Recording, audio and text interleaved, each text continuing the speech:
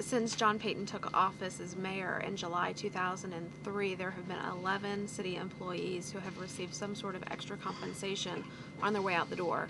So that doesn't include people who still were owed for the time that they worked or for sick or vacation pay.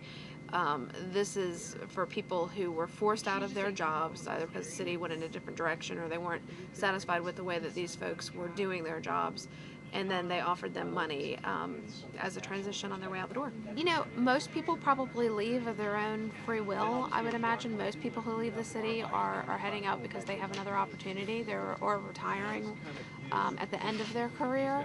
And so it was difficult with such a small number to come up with any set trend of why some got them and some didn't. One thing I can tell you is that if you were there for a number of years, that might be weighed in, as opposed to some people who were only there for a year or two.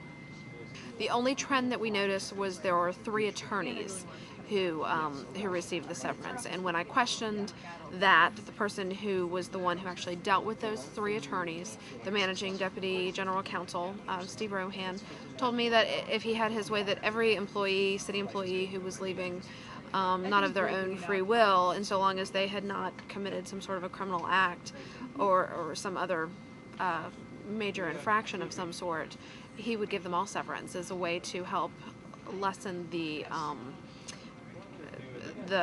chaos of the time of having to leave to go to another job.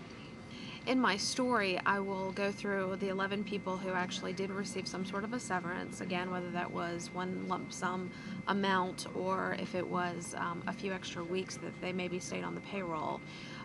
Specifically, one example that some people might be interested in is the head of the Information Technology Department, Dave Lauer, who was there last year when some people might remember a controversy involving a company that was owned by a friend of the mayor received contracts that later was found to have been wrongly given because his company was not qualified. Dave Lauer received a severance as he was walking out the door. We looked to see why he did and why someone else who was forced out at the same time did not receive it. So that's something that you would see in the Times Union story.